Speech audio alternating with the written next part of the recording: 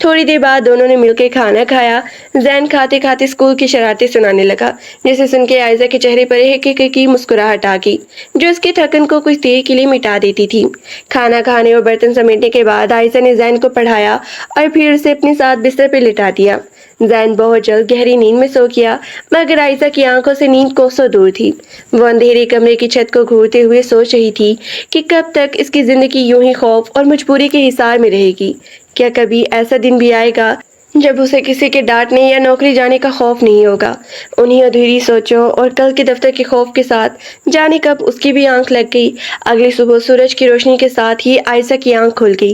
اس نے جلدی سے اٹھ کر ناشتہ بنایا، زین کے لیے پانی اور دوپہر کا کھانا تیار کیا، کیونکہ محلے کی ایک عمر رسیدہ خاتون، جنہیں وہ باجی کہتی تھی، دوپہر میں زمین کا خیال رکھنے کے لیے آتی تھی۔ عائزہ تیار ہو کر وقت سے پہلے ہی گھر سے نکل پڑی تاکہ آج دفتر میں کوئی غلطی کی گنجائش نہ رہے۔ جب وہ خان ایسوسی ایٹس کی اس شاندار عمارت میں داخل ہوئی تو گھڑی نے 8:45 بجا دیے تھے۔ وہ سیدھا اپنے ڈیسک پہ پہنچی اور اپنے کام میں مشغول ہو گئی۔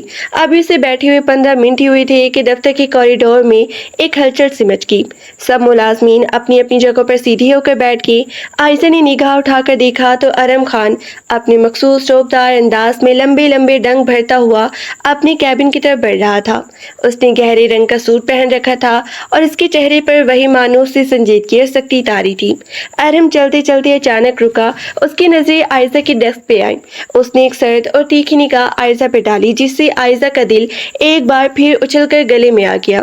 ارم نے کچھ کہے بغیر بس ہلکا سا سر ہلایا اور اپنے کیبن کے اندر چلا گیا، مگر اس کی وہ ایک نگاہ ہی عائزہ کو بتا گئی کہ آج بھی دن آسان نہیں گزرنے والا۔ دفتر کا ماحول معمول کے مطابق چل رہا تھا اور عائزہ اپنے کام میں پوری طرح مگن تھی۔ جب اچانک اس کے فون کی گھنٹی بجی، اس نے اسکرین پہ دیکھا تو محلے سے کسی نامعلوم نمبر پہ کال تھی۔ اس نے گھبرا کر فون اٹھایا۔ دوسری طرف اس کے مالک مکان وقار کی آواز تھی، جس کا لہجہ انتہائی ناگوار اور طنزیہ تھا۔ سنیں عائزہ بی بی، اس مہینے کا کرایہ ابھی تک نہیں ملا آپ کی طرف سے، اور اگر آج شام تک کرایہ نہیں پہنچا تو اپنا سامان اٹھا کر کہیں اور کا راستہ دیکھ لیں، میں مزید انتظار نہیں کر سکتا۔ وقار نے طنزی انداز میں کہا اور جواب کا انتظار کیے بغیر فون کاٹ دیا۔ عائزہ کا ہاتھ فون سمیت کانپنے لگا۔ کرائے کی یہ رقم اس نے ابھی جوڑنی تھی اور اس پر یہ نئی افطار ٹوٹ پڑی تھی۔ اس کی آنکھوں میں بے بسی کے آنسو تیرنے لگی، وہیں ڈیسک پہ بیٹھے بیٹھے اس کا سر گھومنے لگا۔ زندگی کتنی بہرحم تھی، اسے قدم قدم پہ امتحان میں ڈال رہی تھی۔ وہ اپنے آنسو کو روکنے کی ناکام کوشش کرتی ہوئی اپنے کام میں دوبارہ جٹ گئی۔ دن کا سورج جیسے جیسے ڈھل رہا تھا، دفتر کی فضا میں تناؤ اور کام کی گمبھیرتا بڑھتی جا رہی تھی۔ عائزہ قریشی کی انگلیاں کی بورڈ پر اس رفتار سے چل رہی تھی جیسے اس کی اپنی سانسیں روک رہی ہو۔ اس کے کانوں میں ابھی تک مکروہ اور دھمکی امیز لہجے کے کیے گئے وقار کے الفاظ گونج رہی تھی۔ اگر آج شام تک کرایہ نہیں پہنچا تو اپنا سامان اٹھا کر کہیں اور کا راستہ دیکھو۔ یہ جملہ کسی ہتھوڑے کی طرح اس کے دماغ پہ برس رہا تھا۔ تنخواہ آنے میں ابھی پورے 10 دن باقی تھے اور اس کے پاس اس وقت اتنی رقم بھی نہیں تھی کہ وہ آدھا کرایہ بھی ادا کر سکے۔ بچت کے نام پر اس کے پاس صرف چند 100 پیسے بچے تھے جو اس نے ایمرجنسی کے لیے چھپا رکھے تھے، مگر وہ رقم بھی اتنی کم تھی کہ اس سے ایک ہفتے کا راشن یا دوا تو آ سکتی تھی، پورا مکان کا کرایہ نہیں نکل سکتا تھا۔ اس کے حلق میں کانٹے سے چبھ رہے تھے اور آنکھوں کے کنارے بار بار بھیگ رہے تھے۔ وہ چاہتی تھی کہ جی بھر کے رو لے، مگر اس کے پاس رونے کی عیش و آرام والی کوئی سہولت نہیں تھی۔ وہ ایک ایسی حقیقت سے نبرد تھی جہاں ہر روز ایک نئی جنگ لڑنی پڑتی ہے۔ شیشے کے کیبن کے اندر بیٹھا ارم خان لیپ ٹاپ کی اسکرین پر نظر جمائے بیٹھا تھا، مگر اس کی نظریں بار بار گلاس وال سے باہر بیٹھی عائزہ کی طرف اٹھ جاتی تھی۔ ارم کی عجلت اور اس کی تیز فہمی نے بہت ہی پہلے بھانپ لیا تھا کہ اس لڑکی کے ساتھ کچھ تو گڑبڑ ہے۔ پچھلے آدھے گھنٹے سے وہ دیکھ رہا تھا کہ عائزہ کا رنگ زرد پڑ چکا ہے، اس کے ہاتھ بار بار کی بورڈ پہ رک جاتے ہیں اور وہ بار بار گھبرائی ہوئی نظروں سے اپنا فون دیکھ رہی ہے۔ ارم کی پیشانی پر شکنیں گہری ہونے لگی۔ وہ اپنی فرم میں کام کرنے والے ہر فرد کی کاریگری پر عقاب کی سی نظر رکھتا تھا، اور جب کوئی ملازم اس کی طرح آواز بھاگتا ہو کہ کام کرے تو ارم کا غصہ آسمان چھونے لگتا تھا۔ مس عائزہ، انٹرکام پہ ارم کی بھاری اور سرد آواز گونجی تو عائزہ کو لگا جیسے اس کے دل پر کسی نے بجلی گرا دی ہو۔ وہ ہڑبڑا کر اپنی جگہ سے اٹھی، اپنے لرزتے ہوئے ہاتھوں کو سنبھالا اور ایک گہرا سانس لے کر ارم کے کیبن کی طرف قدم بڑھا دیے۔ کیبن کا دروازہ کھول کر جب وہ اندر داخل ہوئی تو ارم نے اپنی سرمائی آنکھیں اٹھا کر اسے دیکھا۔ ان آنکھوں میں جو سوال اور سختی تھی وہ کسی بھی کمزور دل انسان کے ہوش اڑانے کے لیے کافی تھی۔ جی سر،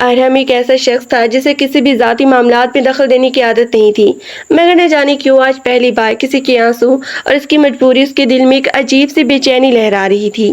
اسے بار بار محسوس ہو رہا تھا کہ اس دفتر میں کام کرنے والی یہ عام سی لڑکی کوئی بہت بڑا طوفان اکیلے جھیل رہی ہے، اور وہ باس ہونے کے ناطے اس کی اس تکلیف سے لاتعلق نہیں رہ پا رہا تھا۔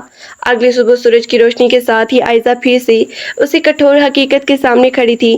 اس نے اپنے دل پہ پتھر رکھا، ذہن کو تیار کر کے محلے کی ایک بوا کے پاس چھوڑا اور سیدھا دفتر کی طرف روانہ ہوگی۔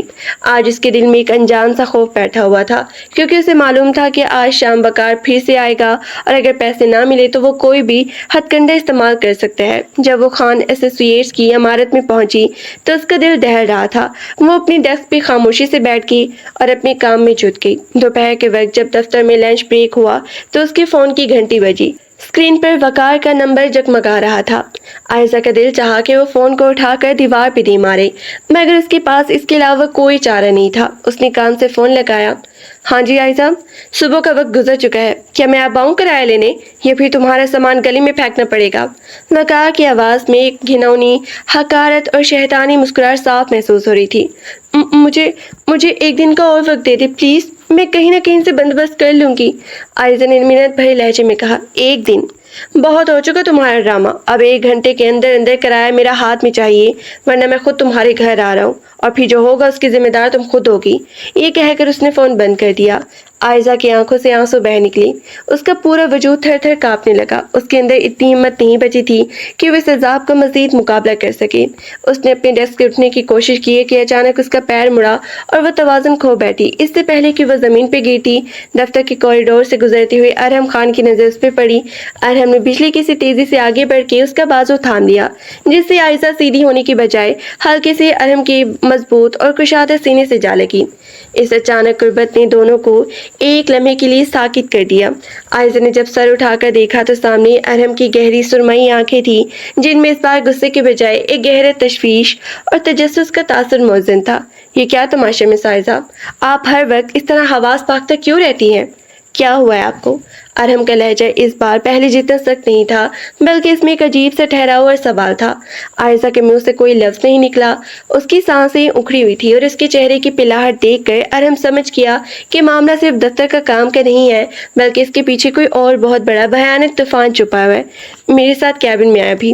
ارحم نے حکم دینے والے لہجے میں اس کا بازو پکڑا اور اسے کھینچتے ہوئے اپنے پرتعیش کیبن کے اندر لے گیا، جہاں باہر موجود تمام ملازمین کی حیران زدہ نظریں ان دونوں پہ گڑی ہوئی تھی۔ ارحم نے اندر جا کے دروازے کا بلینڈ گرا دیا تاکہ باہر کی کوئی نظر ان تک نہ پہنچ سکے۔ اب بتائیں کیا مسئلہ ہے؟ کون ہے وہ جو آپ کو اس حد تک ڈرا رہا ہے کہ آپ اپنے ہوش و حواس کھو بیٹھی ہے؟ ارحم نے اپنے ہاتھ کی مٹھی بھیجتے ہوئے انتہائی گمبھیر لہجے میں پوچھا۔ اس کی مردانہ شخصیت اور اس کا یہ محافظانہ روپ عائزہ کے لیے اتنا غیر متوقع تھا کہ وہ کچھ دیر تو بس اسے تکتی رہ گئی۔ سر، وہ میرا مکان مالک، وہ مجھے بہت تنگ کر رہا ہے کرائے کے لیے، اور میرے پاس پیسے نہیں ہیں۔ عائزہ کے اندر کا سارا ڈر، سارا غبار اور ساری بے بسی اس ایک لمحے میں باہر آ گئی اور وہ پھوٹ پھوٹ کے ارحم کے سامنے رو پڑی۔ اس کا اس طرح ٹوٹ جانا ارحم خان کے دل کو اندر تک ہلا گیا۔ اس نے پہلی بار محسوس کیا کہ ایک کمزور کہلانے والی لڑکی کتنی بڑی جنگ اکیلے لڑ رہی ہے۔ ارحم کی پیشانی پہ بل اور زیادہ گہرے ہو گئی۔ اس کی آنکھوں میں ایک ایسا خوفناک جلال ابھرا جسے دیکھ کر کوئی بھی کانپ اٹھتا۔ اس نے اپنے فون پر باسط کا نمبر ڈائل کیا اور سرد اور بھاری آواز میں بولا، باسط، فوری طور پر ایک شخص کی تمام تفصیلات نکالو۔ نام ہے اس کا وقار خان، جو ایک پرانے محلے میں مالک مکان ہے۔ اسے بتا دو کہ اگر اس نے اگلی بار عائزہ قریشی کو تنگ کرنے کی کوشش کی تو اس کا اس شہر میں رہنا محال کر دوں گا۔ ارحم کا یہ انداز دیکھ کر عائزہ کے رونے کی آواز تھم گئی اور وہ دنگ رہ گئی۔ ارحم نے فون کاٹ کر اپنی نظریں عائزہ کے چہرے پہ مرکوز کی، جس کے گالوں پر آنسوں کے نشان چمک رہی تھی۔ ارحم نے آگے بڑھ کے اپنی انگلی سے اس کا آنسو پونچھا، جو اس کے لیے ایک انتہائی غیر معمولی اور جرأت مندانہ قدم تھا۔ اب رونے کی ضرورت نہیں ہے مس عائزہ، آپ کی زندگی میں جو بھی مشکلات ہیں ان کا حل اب ارحم خان کی ذمہ داری ہے، اور رہی بات اس مالک مکان کی، تو وہ آج کے بعد آپ کے سامنے آنے کی جرات بھی نہیں کرے گا۔ ارحم کی اس بات نے عائشہ کے دل میں ایک ایسا سکون اور تحفظ کا احساس اتارا جو اس نے اپنی ماں کے جانے کے بعد کبھی محسوس نہیں کیا تھا۔ اس کی آنکھوں میں اب خوف نہیں بلکہ ایک عجیب سی حیرت اور ارحم کے لیے عزت تھی۔ ارحم خان کی کیبن سے نکلنے کے بعد عائشہ کے حواس بحال ہونے میں خاصا وقت لگا۔ اس کی آنکھوں میں ابھی تک وہ منظر گھوم رہا تھا جب ارحم نے اس کے آنسو پہنچے تھے اور اپنے اسسٹنٹ باسط کو فون کر کے اس نے مکان مالک کو عبرتناک دھمکی دی تھی۔ وہ لڑکی جو پچھلے کئی مہینے سے تنہا اس دنیا کے درندوں کے سامنے ڈھال بنی کھڑی تھی، آج اچانک ایک ایسے مضبوط سائے تلے خود کو محفوظ محسوس کر رہی تھی جس کی طاقت سے پورا شہر کانپتا تھا۔ اگلے دن جب وہ دفتر پہنچی تو ماحول میں ایک عجیب سے سکون تھا۔ وقار کی طرف سے اب کوئی فون نہیں آیا تھا اور نہ ہی محلے میں کسی نے اسے آنکھ اٹھا کے دیکھا تھا۔ محلے کی جن عورتوں کی زبانیں اس کے اکیلے پن پہ طعنہ کستی تھی، وہ اسے دیکھ کر اپنے دروازے بند کر لیتی تھی، کیونکہ ارحم خان کے بھیجے ہوئے بااثر لوگوں نے انہیں واضح طور پہ بتا دیا تھا کہ عائشہ قریشی کی طرف دیکھنے یا بولنے کا انجام کیا ہو سکتا ہے۔ عائشہ کے لیے یہ سکون نیا تھا، مگر اس کے دل میں ارحم کے لیے ایک ایسا احترام پیدا ہو چکا تھا جو اب خوف سے بالکل مختلف تھا۔ مگر یہ سکون زیادہ دیر ثابت نہ ہونا تھا۔ زندگی جب بھی کسی کو سکون کا ایک جھونکا دیتی ہے تو اس کے فوراً بعد کسی طوفان کی تیاری بھی کر رہی ہوتی ہے۔ اس واقعے کو بھی 2 ہی دن گزرے تھے کہ خان ایسوسی ایٹس کے دفتر میں معمول کی خاموشی اس وقت ٹوٹی جب مارکیٹنگ اور ڈیجیٹل میڈیا ڈپارٹمنٹ کے ملازمین کے چہروں پر ایک سنسنی خیز سی بے چینی دوڑ گئی۔ دوپہر کے وقت جب لنچ بریک تھا، عائشہ اپنے ڈیسک پہ بیٹھی کسی پروجیکٹ کے نقشے کو حتمی شکل دے رہی تھی، تب اس کی قریبی کولیگ نادیہ جو ہانپتی ہوئی اس کے پاس آئی۔ اس کے ہاتھ میں اس کا موبائل فون تھا اور چہرہ پیلا پڑ چکا تھا۔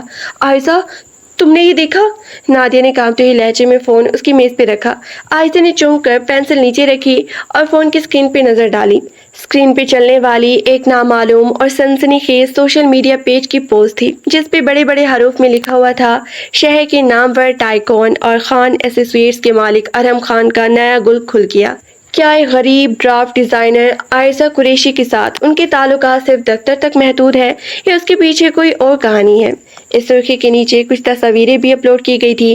ایک تصویر اس دن کی تھی جب ارحم نے دفتر کے کوریڈور میں عائشہ کو سنبھالا تھا جب وہ گرنے والی تھی، اور دوسری طرف اس شام کی تھی جب ارحم کی سیاہ رنگ کی لگژری گاڑی عائشہ کے پرانے محلے کے باہر کھڑی دیکھی گئی تھی، اور ارحم کا ایک باڈی گارڈ اس مکان مالک کو وارننگ دے رہا تھا۔ کسی شاطر اور مکار شخص نے دور سے وہ تمام مناظر کیمرے میں قید کر کے سوشل میڈیا کے ان گندے اور ریٹنگ کے بھوکے پیجز پہ بیچ دیے تھے۔ عائشہ کا پورا وجود ایک لمحے کے لیے برف بن گیا۔ اس کا دل چاہا کہ زمین پھٹے اور وہ اس میں سما جائے۔ اس نے خوف سے کانپتی ہوئی نگاہوں سے نادیہ کو دیکھا جس کی آنکھوں میں تجسس کے ساتھ ساتھ ایک طنزیہ حیرت بھی تھی۔ عائشہ، یہ کیا ہے؟ سب لوگ دفتر میں اس بارے میں باتیں کر رہی ہیں۔ کوئی کہہ رہا ہے کہ تم نے جان بوجھ کر پوسٹ کو پھنسایا ہے، تو کوئی کچھ اور بکواس کر رہا ہے۔ اب ارحم سر تک یہ بات پہنچ چکی ہوگی۔ نادیہ کی آواز میں گھبراہٹ صاف محسوس ہو رہی تھی۔ دفتر کا وہ ماحول جو کل تک عائشہ کے لیے ایک محفوظ پناہ گاہ تھا، اب اچانک ایک ابلتے ہوئے لاوے کی طرح اس کے گرد گھومنے لگا۔ ادھر ادھر کھڑے ملازمین اس کی طرف اشارہ کر کے سرگوشیاں کر رہی تھی۔ کسی کی نظروں میں حقارت تھی تو کسی کی نظروں میں حسد کا زہر۔ عائشہ کا سر چکرانے لگا۔ وہ جانتی تھی کہ اس معاشرے میں ایک اکیلی لڑکی پر کیسا کیسا کیچڑ اچھالا جاتا ہے۔ اس کا دامن صاف تھا، اس نے کبھی ارحم کی غلط نگاہ سے نہیں دیکھا تھا، مگر اس کے باوجود دنیا کی وضاحتیں دینے کا موقع کہاں ملتا ہے، لوگ تو بس تماشا دیکھنا چاہتے ہیں۔ اسی دوران دفتر کے کوریڈور میں ایک بھاری اور جاندار قدموں کی چاپ گونجی۔ وہ قدم کس کے تھے یہ بتانے کی ضرورت نہیں تھی۔ ارحم خان کا نام سنتے ہی یا اس کے آنے کی آہٹ پاتے ہی پورا دفتر ایک بار پھر اسی طرح ساکت ہو گیا جیسے کسی نے سانسیں روک لی ہو۔ ارحم اپنے کیبن سے باہر نکلا۔ اس کی پیشانی پہ پڑی گہری شکنی اور اس کی سرمئی آنکھوں میں بھڑکتا ہوا غصہ اتنا خوفناک تھا کہ کسی بھی کی ہمت نہیں ہو رہی تھی کہ وہ سر اٹھا کر اس کی طرف دیکھ سکے۔ اس نے اپنے ہاتھ میں اپنا فون پکڑ رکھا تھا جس پہ وہی گھناؤنی پوسٹ کھلی ہوئی تھی۔ ارحم نے بغیر ادھر ادھر دیکھے سیدھے لمبے لمبے ڈنگ بھرتے ہوئے عائشہ کے ڈیسک کی طرف بڑھ گیا۔ اس کے ساتھ ہی اس کا پرائیویٹ سیکرٹری اور باسط بھی پریشان حال چہروں کے ساتھ پیچھے پیچھے آ رہی تھی۔ مس عائشہ، ارحم کی گرجدار اور سرد آواز پورے ہال میں گونجی۔ عائشہ نے انتہائی لرزتے ہوئے اور نڈھال قدموں کے ساتھ اپنی کرسی سے اٹھ کر سر جھکا لیا۔ اس کا دل دھڑکنا بھول گیا تھا۔ وہ جانتی تھی کہ ارحم خان کی انا اور اس کی عزت نفس اس کے لیے سب کچھ ہے، اور آج اسی نام پر سوشل میڈیا نے جو داغ لگایا تھا اس کا غصہ کس پہ نکلے گا۔ میرے کیبن میں آئے ابھی۔ ارحم نے ایک لفظ بھی ضائع کے بغیر حکم دیا اور خود واپس اپنی شیشے کے کیبن کی طرف پلٹ گیا۔ عائزہ کے پیروں میں جیسے جان ہی نہیں رہی تھی۔ وہ گھسیٹتے ہوئے قدموں کے ساتھ کیبن کے اندر داخل ہوئی اور دروازہ اندر سے بند ہو گیا۔ ارحم اپنی کرسی کے پاس کھڑا تھا، اس کے ہاتھ مٹھی کی شکل میں بھینچے ہوئے تھے اور اس کی سانسیں تیزی سے چل رہی تھی۔ جیسے ہی عائزہ نے اندر قدم رکھا، ارحم نے اپنی سرد اور غصے سے بھری ہوئی نگاہیں اس کے چہرے پہ گڑا دی۔ آپ نے دیکھا یہ سب کیا ہو رہا ہے باہر؟ ارحم کی آواز اتنی دھیمی مگر اتنی خطرناک تھی کہ عائزہ کا کلیجہ منہ کو آ گیا۔ 1 گھنٹے کے اندر اندر اس غلاظت کو انٹرنیٹ پہ وائرل کر دیا گیا ہے اور میرے نام کو، میری ساکھ کو اس طرح اچھالا جا رہا ہے جیسے میں نے کوئی جرم کیا ہو۔ سر، میری خدا کی قسم کوئی غلط نیت نہیں تھی، مجھے کچھ نہیں معلوم کہ یہ تصویریں کس نے لی اور یہ سب کس نے کیا۔ عائزہ کے ضبط کا بندھن ٹوٹ گیا اور وہیں کیبن کے فرش پہ پھوٹ پھوٹ کے رو پڑی۔ اس کی آنسو ارحم کے غصے کی آگ کو کم کرنے کی بجائے اور زیادہ بھڑکا رہی تھی، مگر اس بار وہ غصہ عائزہ پر نہیں بلکہ اس نظام اور ان پر تھا جنہوں نے ایک بے گناہ لڑکی کی عزت کو تماشا بنا دیا تھا۔ ارحم نے غصے سے اپنے بال پیچھے ہٹائے اور کیبن کے ادھر ادھر چکر لگانے لگا۔ وہ جانتا تھا کہ عائزہ اس سب سے بالکل بے خبر اور بے قصور ہے۔ وہ یہ بھی جانتا تھا کہ اگر اس نے اس معاملے کو قانون پہ چھوڑا تو میڈیا اس خبر کو مزید طویل کرے گا، تحقیقات کے نام پر روزانہ عائزہ کو ذلیل کیا جائے گا اور اس کا وہ بچا ہوا وقار بھی مٹی میں مل جائے گا جو وہ بڑی مشکل سے بچا کر چل رہی تھی۔ اور سب سے بڑھ کر ایک بار جب اخبارات اور سوشل میڈیا پہ کسی لڑکی کا نام اس طرح اچھل جائے تو اس معاشرے میں اس کا جینا محال کر دیا جاتا ہے۔ ارحم کچھ دیر کے لیے رکا، اس نے گہری سانس لی اور اپنی جگہ پہ واپس آ کے کھڑا ہو گیا۔ اس کی سرمئی آنکھوں میں اب غصے کی جگہ ایک ٹھہرا ہوا فیصلہ کن عزم چمک رہا تھا، ایک ایسا فیصلہ جو زندگی کے اس موڑ پر سب کچھ بدل دینے والا تھا۔ اٹھے مس عائزہ۔ ارحم کی آواز اب پہلے جتنی سخت نہیں تھی بلکہ اس میں ایک عجیب سا رعبدار اور اٹل ٹھہراؤ تھا۔ عائزہ نے اپنی آنکھوں سے بھیگے ہوئے چہرے کو اٹھا کر ارحم کی طرف دیکھا۔ اس کی سمجھ میں نہیں آ رہا تھا کہ اس کا یہ غسیل باس اب اس کے ساتھ کیا کرنے والا ہے۔ کیا وہ اسے نوکری سے نکالنے کا کہہ رہا ہے یا اس کے خلاف کوئی اور قانونی کارروائی کرنے لگا ہے؟ سر، اس کے لب ہلکے سے کپ کپ آئے۔ رونے سے مسئلہ حل نہیں ہوتا مس عائزہ، اور نہ ہی یہ بزدلی دکھانے کا وقت ہے۔ دنیا کے سامنے منہ پر تالے لگانے کا صرف ایک ہی طریقہ ہے، اور وہ طریقہ یہ ہے کہ اس کہانی کو جو وہ لوگ اپنی مرضی سے بنا رہے ہیں ہم ایک حقیقت میں بدل دیں۔ ارحم نے اپنے ہاتھ میز پہ ٹکائے اور سیدھا عائزہ کی آنکھوں میں دیکھتے ہوئے کہا۔ عائزہ کا دل دھک سے رہ گیا، اس کی سمجھ میں ارحم کی بات نہیں آئی۔ حقیقت؟ کس قسم کی حقیقت سر؟ ارحم نے اپنے کوٹ کا بٹن بند کیا، اپنی پیشانی کو صاف کیا اور انتہائی پرسکون مگر فیصلہ کن لہجے میں بولا، کل صبح میرا اور آپ کا نکاح ہوگا۔ اسے ایک جملے نے کیبن کے اندر موجود ہوا کو جیسے جما دیا۔ عائزہ کو لگا جیسے اس کے کانوں میں کسی نے سیسا انڈیل دیا ہو، اس کا پورا وجود ہل کے رہ گیا۔ اس نے بے یقین نظروں سے ارحم خان کے چہرے کو دیکھا جو اس وقت کسی پتھر کے بت کی طرح بظاہر پرسکون مگر اندر سے ایک طوفان کو سمیٹے ہوئے کھڑا تھا۔ نکاح؟ آپ کیا کہہ رہے ہیں سر؟ عائزہ کی ہکلاتی ہوئی آواز بامشکل اس کے حلق سے باہر نکلی۔ اس کا دماغ کام کرنا چھوڑ چکا تھا۔ ارحم خان جو اس شہر کا ایک جانا مانا نام ہے، ایک ارب پتی ٹائکون ہے، وہ ایک عام سی غریب گرافک ڈیزائنر سے نکاح کی بات کر رہا ہے۔ یہ کوئی مذاق تھا، کوئی خواب تھا، یہ اس کی زندگی کا سب سے بڑا بھیانک خواب۔ میں بالکل ہوش میں ہی مس عائزہ، ارحم نے اپنی آواز میں سختی اور سنجیدگی کا پکا رنگ کھولتے ہوئے کہا۔ آپ کو لگتا ہے کہ آپ اس معاشرے میں اکیلے اس اسکینڈل کے ساتھ زندگی گزار سکیں گی؟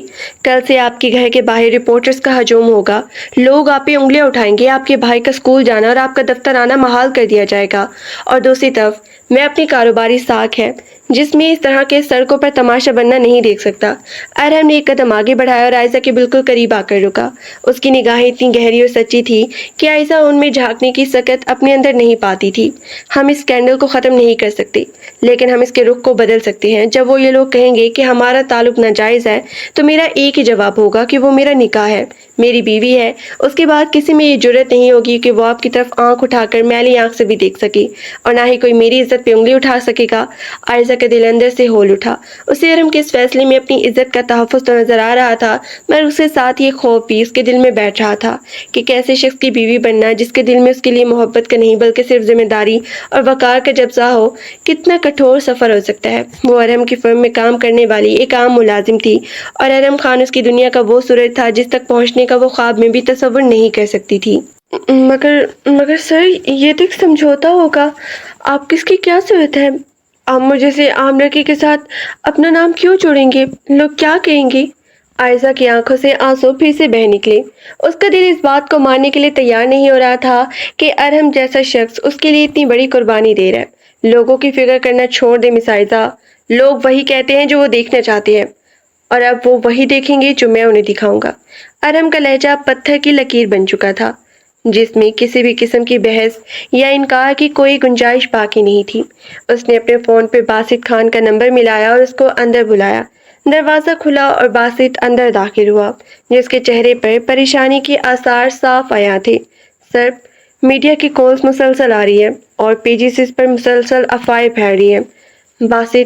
ارحم نے باسط کی بات کاٹتے ہوئے سرد اور پراعتماد لہجے میں حکم دیا، کل صبح 10 بجے نکاح کا انتظام کرو اور شہر کے تمام بڑے میڈیا ہاؤسز کو باضابطہ طور پر یہ خبر پہنچا دو کہ ارحم خان کسی افواہ کی زد میں نہیں آتا، بلکہ وہ عائزہ قریشی سے پورے نکاح اور شریعانہ طریقے سے شادی کرنے جا رہا ہے۔ باسط کا منہ کھلا کا کھلے رہ گیا۔ اس نے حیرت سے ایک نظر عائزہ پہ ڈالی جو خود بت بنی کھڑی تھی، اور پھر ارحم کی طرف دیکھا جو اپنے فیصلے پہ اٹل کھڑا تھا۔ باسط کو ارحم کے غصے اور اس کے فیصلوں کا اندازہ تھا، اس لیے اس نے مزید کوئی سوال کیے بغیر صرف سر ہلایا اور کیبن سے باہر نکل گیا۔ کیبن کے اندر اب صرف ارحم کی بھاری سانسیں اور عائزہ کی سسکیاں گونج رہی تھی۔ ارحم نے اپنی سرمئی آنکھوں کو اٹھا کر عائزہ کے چہرے پر ڈالا، جس کے دل میں اس وقت ایک عجیب سا بھنور مچا ہوا تھا۔ اب تیاری کریں مس عائزہ، کل سے آپ کی زندگی کا ایک نیا باب شروع ہونے والا ہے، جہاں آپ کو ڈرنے کی ضرورت نہیں ہوگی، کیونکہ اب آپ کا یہ سفر ارحم خان کے نام کے ساتھ جڑے گا، ارحم نے کہا، اور اس کے ساتھ اس جملے نے عائزہ کی دنیا کو ایک ایسے موڑ پہ لا کھڑا کیا جہاں سے واپسی کا کوئی راستہ نہیں تھا۔ دفتر کا باقی سارا دن کیسے گزرا، عائزہ کو اس کا ہوش ہی نہیں رہا۔ ملازمین کی سرگوشیاں، ان کی حقارت آمیز نظریں اور کوریڈور میں ہونے والی یہ چہمگوئیاں اب اس پہ کوئی اثر نہیں ڈال رہی تھی۔ اس کا پورا وجود ایک سنسان بیابان کی طرح بن چکا تھا، جہاں صرف ارحم خان کی گہری سرمئی آنکھیں اور اس کا وہ فیصلہ گونج رہا تھا۔ شام کو جب چھٹی کا وقت ہوا تو عام دنوں کے برعکس اس بار ارحم کے پرائیویٹ سیکرٹری باسط نے خود آ کر عائزہ کو بتایا کہ ارحم صاحب نے اس کے گھر جانے اور زین کو سنبھالنے کے لیے اپنی خاص گاڑی اور ڈرائیور کا انتظام کر دیا ہے۔ جب وہ گاڑی میں بیٹھ کر اپنے محلے کی طرف روانہ ہوئی تو راستے میں اس کا دل دھک دھک کر رہا تھا۔ اسے یہ ڈر تھا کہ کہیں محلے کے لوگ اس سوشل میڈیا اسکینڈل کی وجہ سے اس پر پتھراؤ نہ کرے یا تانوں کی بارش نہ کر دے۔ مگر جب گاڑی اس کی خستہ حال گلی کے باہر رکی تو وہاں کا منظر بالکل بدلا ہوا تھا۔ ارحم خان کی سختی اور اس کے اثر رسوخ کا یہ عالم تھا کہ اس کے گلی کے کونے پہ کھڑے وہ تمام منچلے اور تانے دینے والے لوگ اب خوف کے مارے اپنے گھروں کے اندر دب کے بیٹھے تھے، اور گلی میں ایک پرسرار سا سناٹا چھایا ہوا تھا۔ عائزہ نے اپنے گھر کا دروازہ کھولا تو اندر زین اپنے کھلونوں کے ساتھ کھیل رہا تھا۔ اس کے معصوم چہرے پر کوئی فکر نہیں تھی، کیونکہ وہ اس طوفان سے ناشنا تھا جو اس کی بہن کی زندگی کو تہس نہس کرنے کے لیے اٹھ چکا تھا۔ عائزہ کو دیکھتے ہی زین دوڑ کر اس کے پاس آیا اور بولا، باجی، آپ اتنی خاموش کیوں ہیں، اور باہر وہ اتنی بڑی گاڑی کس کی ہے جو آپ کو چھوڑنے آئی تھی؟ عائزہ نے اپنے آنسو کو چھپاتے ہوئے زین کو اپنے سینے سے لگایا۔ اس کا دل چاہا کہ وہ اس معصوم بچے کو سب کچھ بتا دے، مگر اس کے پاس الفاظ نہیں تھے۔ اس نے کسی طرح خود کو سنبھالا اور بامشکل مسکراتے ہوئے کہا، کچھ نہیں میرے بچے، بس ہماری زندگی میں کچھ بڑی تبدیلی آنے والی ہے۔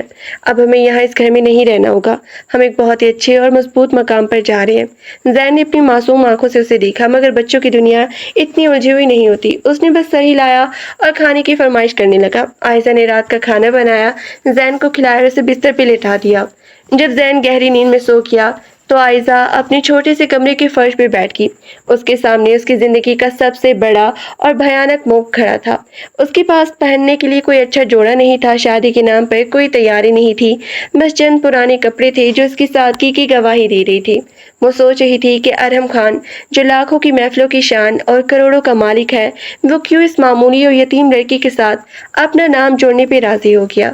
کیا یہ صرف اس کی بزنس کی ساکھ اور انا کا مسئلہ تھا، یا اس کے پیچھے کوئی اور حقیقت چھپی تھی جسے وہ ابھی تک نہیں سمجھ پائی تھی؟ ارحم خان کا ذاتی پس منظر کسی سے دھوکا چھپا نہیں تھا۔ وہ ایک انتہائی شخص تھا جس نے اپنی محنت اور خون پسینے سے اس کاروباری سلطنت کی بنیاد رکھی تھی۔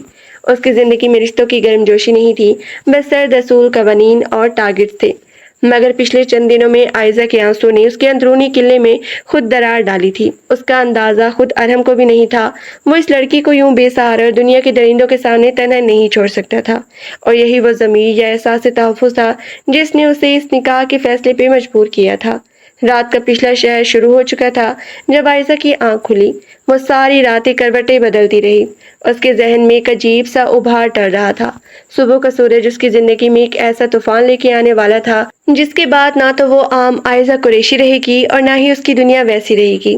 ادھر خان ہاؤس کی شاہانہ اور وسیع اور عریض کمرے میں ارحم خان بھی جاگ رہا تھا۔ اس کے کمرے کی بڑی کھڑکی سے باہر شہر کی روشنی ٹمٹما رہی تھی۔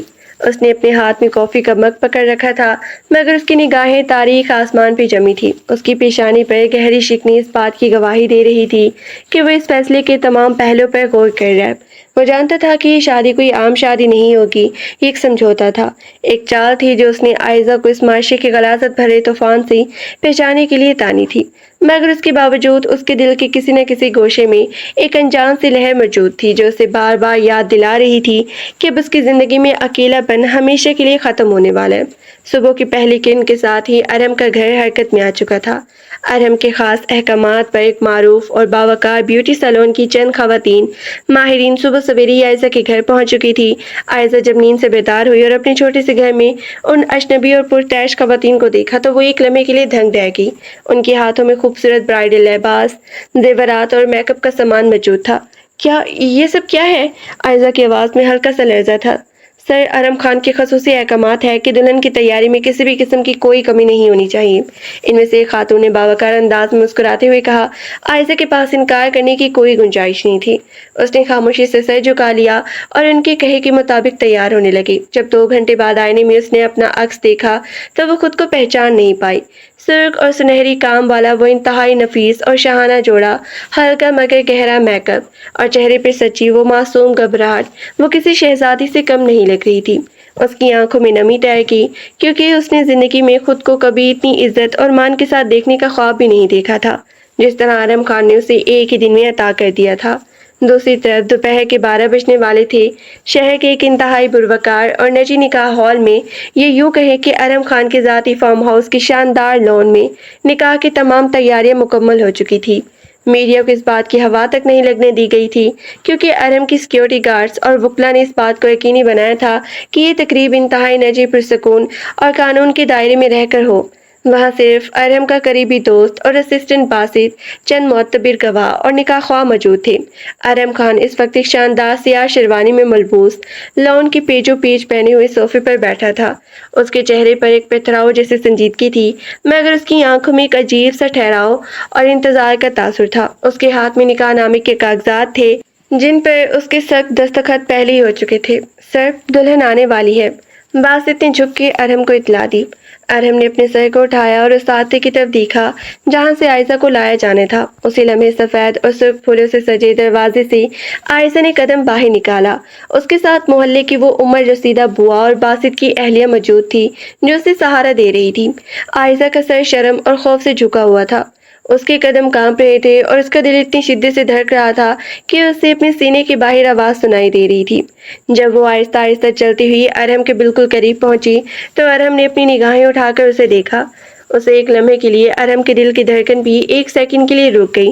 وہ لڑکی جو ہمیشہ دفتر میں سہمے ہوئے کپڑے اور اتلے حولیے میں نظر آتی تھی، آج اس سرخ جوڑے میں کسی اور کی مانند لگ رہی تھی۔ ارحم کے اندر موجود سرد اور کٹھور مرد کو اسی لمحے محسوس ہوا کہ اس نے زندگی میں پہلی بار کوئی ایسا فیصلہ کیا ہے جو صرف درست ہی نہیں بلکہ اس کی روح کو ایک نیا سکون بخشنے والا ہے۔ عائزہ کو ارحم کے سامنے والی کرسی پہ بٹھا دیا گیا۔ دونوں کے درمیان صرف چند فاصلے کا پردہ اور وہ میز تھی جس پہ زندگی کی سب سے بڑی دستاویز رکھی تھی۔ نکاح خواہ نے اپنی کتاب کھولی، سب کو سلام دعا کے بعد پرسکون ماحول میں نکاح کی کارروائی کا آغاز کیا۔ ارحم خان ول سکندر خان، کیا آپ کو عائزہ قریشی بنت جہانگیر قریشی کا نکاح اتنی حق مہر کے عوض منظور ہے؟ نکاح خواہ کی متبرک آواز اس کھلے آسمان کے نیچے گونجی۔ ارحم نے ایک لمحے کے لیے اپنی گہری سرمئی آنکھیں اٹھائی اور سیدھا عائزہ کے جھکے ہوئے چہرے پہ مرکوز کر دی۔ اس کی آواز میں وہ رعب اور گہرائی تھی جو اس کی شخصیت کا خاصہ تھی۔ مجھے منظور ہے۔ ارحم کے لبوں سے یہ 3 الفاظ ایسے نکلے جیسے پتھر پہ لکیر کھینچ دی گئی ہو۔ اس کے بعد باری آئی عائزہ کی۔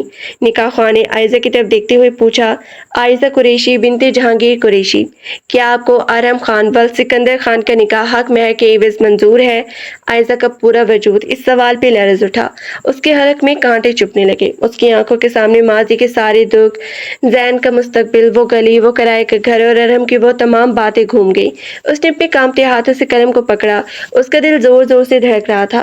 اس نے ایک بار سر اٹھا کے ارحم کی طرف دیکھا، جس کی آنکھوں میں سے ایک بھروسہ، ایک پکا سایہ نظر آیا جو اس کی تمام اندھیروں کو روکنے کے لیے کافی تھا۔ عائشہ نے اپنے لرزتے ہوئے ہونٹوں کو ہلایا اور بامشکل اتنی آواز نکالی جو وہاں موجود ہر شخص کے کانوں تک پہنچ گئی۔ مجھے منظور ہے۔ ان 3 الفاظوں کے ادا ہوتے ہی فضا میں موجود وہ سارا تناؤ ایک دم سے ختم ہو گیا جو پچھلے کئی دنوں سے ان دونوں کے گرد گھیرے ڈالے بیٹھا تھا۔ باسط اور باقی لوگوں نے مبارکباد پیش کی، نکاح نامے پر دونوں کے دستخط کروائے کی، اور اسی طرح ایک معمولی سی ڈرافٹ ڈیزائنر عائشہ قریشی سے عائشہ ارحم خان بننے کا یہ کٹھور، انوکھا اور غیر متوقع سفر اپنے ایک نئے موڑ پہ پہنچ گیا۔ نکاح کی اس مختصر مگر پروقار تقریب کے بعد جب گاڑی خان ہاؤس کے وسیع و عریض اور آئینی دروازے کے اندر داخل ہوئی تو عائشہ کا دل کسی سہمے ہوئے پرندے کی طرح پھڑ پھڑا رہا تھا۔ یہ حویلی باہر سے جتنی پرشکوہ اور روبدار دکھائی دیتی تھی، اندر سے اتنی ہی پرسکون اور شاندار تھی۔ ارحم خان نے اپنی اس نئی زندگی کے آغاز پر کسی بھی قسم کی کوتاہی کو برداشت نہیں کیا تھا۔ اس نے نہ صرف عائشہ کو اس حویلی کی مالکن کا درجہ دیا تھا بلکہ اس کے چھوٹے بھائی زین کے لیے بھی اسی احاطے میں ایک بہترین اور پرسکون کمرے کا انتظار کیا تھا جہاں پڑھائی اور کھیل کود کا سارا سامان موجود تھا۔ زین تو شاندار ماحول کو دیکھ کر پہلے ہی حیران ہوا اور پھر خوشی سے چہک اٹھا۔ وہ بچہ جو چند دن پہلے تک کرائے کے مکان سے نکالے جانے کے خوف سے سہمے رہتا تھا، اب ایک محفوظ اور روشن دنیا میں قدم رکھ چکا تھا۔ مگر عائشہ کا دل ابھی تک اس طوفان کے اثرات سے باہر نہیں نکل پایا تھا جو پچھلے چند دنوں میں اس ذاتی زندگی کو الٹ پلٹ کر چکا تھا۔ شام کا وقت تھا جب حویلی کے اس پرتعش اور خاموش بیڈ روم میں عائشہ اکیلی کھڑکی کے پاس کھڑی باہر کے لان کو دیکھ رہی تھی۔ اس نے اپنے جسم پہ اب بھی وہی سرخ جوڑا پہن رکھا تھا جب اس کی زندگی کی ایک نئی داستان کا گواہ بن چکا تھا۔ دروازے پہ ہلکی سی دستک ہوئی اور ارحم کمرے کے اندر داخل ہوا۔ اس نے اپنا کوٹ ٹائی ڈھیلا کر رکھا تھا اور اس کی سرمئی آنکھوں میں دن بھر کی تھکن کے ساتھ ساتھ ایک ایسا گہرا ٹھہراؤ تھا جو عائشہ نے اس سے پہلے کبھی نہیں دیکھا تھا۔ ارحم کو دیکھتے ہی عائشہ کا دل تیزی سے دھڑکنے لگا اور وہ دانستہ طور پہ پیچھے ہٹنے لگی جیسے اس کی موجودگی سے کوئی خطرہ ہو۔ ارحم نے اس کے اس خوف کو محسوس کیا تو اس کے قدم وہیں رکے۔ اس نے اپنے ہاتھوں میں پکڑی گھڑی اتار کے سائڈ ٹیبل پہ رکھی اور بہت ہی دھیمی اور نرم آواز میں کہا، عائشہ، اب تمہیں مجھ سے ڈرنے کی کوئی ضرورت نہیں ہے۔ یہ گھر اب تمہارا ہے اور اس حویلی کی ہر چیز پر اتنا ہی تمہارا حق ہے جتنا میرا ہے۔ ارحم کے منہ سے اپنا نام بغیر مس کے سنے عائشہ کا دل ایک لمحے کے لیے دھڑکنا بھول گیا۔ اس نے پہلی بار ارحم کے لہجے میں سختی اور رعب کو غائب پایا جو ہمیشہ دفتر میں اس کے حساب پہ سوار رہتی تھی۔ اس کی جگہ وہاں ایک خالص اور اپنایا پن تھا جو عائشہ کے لیے بالکل نیا تھا۔ وہ آہستہ سے بولی، سر، میں اب بھی اس پہ یقین نہیں کر پا رہی ہوں۔ یہ سب اتنی جلدی ہوا کہ مجھے یوں لگتا ہے جیسے میں کوئی خواب دیکھ رہی ہوں۔ ارحم نے ہلکا سا قدم اٹھایا، اس کے بالکل قریب آ کر رکیا۔ اس کی لمبی اور پروقار قامت نے عائشہ کو اپنی حصار میں لے لیا۔ ارحم نے اپنا ہاتھ بڑھا کر عائشہ کے کندھے پہ رکھا۔ اس کا وہ چھونا عائشہ کے پورے وجود میں ایک بجلی سے دوڑا گیا۔ یہ کوئی خواب نہیں عائشہ، یہ حقیقت ہے، اور رہی بات صحیح کہنے کی تو اب تمہارے اور میرے درمیان اس طرح کی کوئی گنجائش نہیں ہے۔ تم میری بیوی ہو، میری زندگی کی شریک حیات ہو، اور اس سے زیادہ میرے لیے کبھی کچھ اہم نہیں ہے۔ عائشہ کی آنکھوں میں نمی طے کی۔ اس نے سر اٹھا کر ارحم کی گہری سرمئی آنکھوں میں دیکھا جن میں اب غصے کا کوئی نشان نہیں تھا بلکہ وہاں صرف ایک گہری چاہت اور حفاظت کا یقین نہ چاہا تھا۔ وہ جو اب تک یہ سمجھتی تھی کہ ارحم نے یہ نکاح صرف اپنی کاروباری ساکھ بچانے اور اس پہ رحم کھا کے کیا ہے، پہلی بار اسے محسوس ہوا کہ اس سرد مہر اور تنہا انسان کے دل میں اس کے لیے کتنی بڑی جگہ بن چکی ہے۔ ارحم نے اپنا دوسرا ہاتھ آگے بڑھایا اور عائشہ کے گال پہ موجود اس آنسو کو پونچھا جو اس کی پلکوں سے ٹوٹ کر نیچے گرنے ہی والا تھا۔ اس کا یہ لمس اتنا سچا اور محبت سے بھرا ہوا تھا کہ عائشہ کے تمام خوف، تمام سسکیاں اور تمام ادھورے پن ہمیشہ کے لیے مٹ گئے۔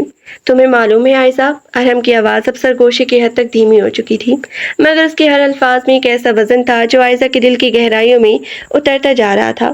جب میں نے پہلی بار تمہیں اس دفتر میں دن رات ایک کر کے کام کرتے دیکھا تھا، جب تمہاری آنکھوں میں وہ خوف اور بے بسی دیکھی تھی، تو جانے کیوں میرے اندر کا وہ سختگیر انسان پہلی بار پگھلنے لگا تھا۔ میں نے اپنی پوری زندگی اکیلے اپنے اصولوں کے بل بوتے پہ گزاری ہے،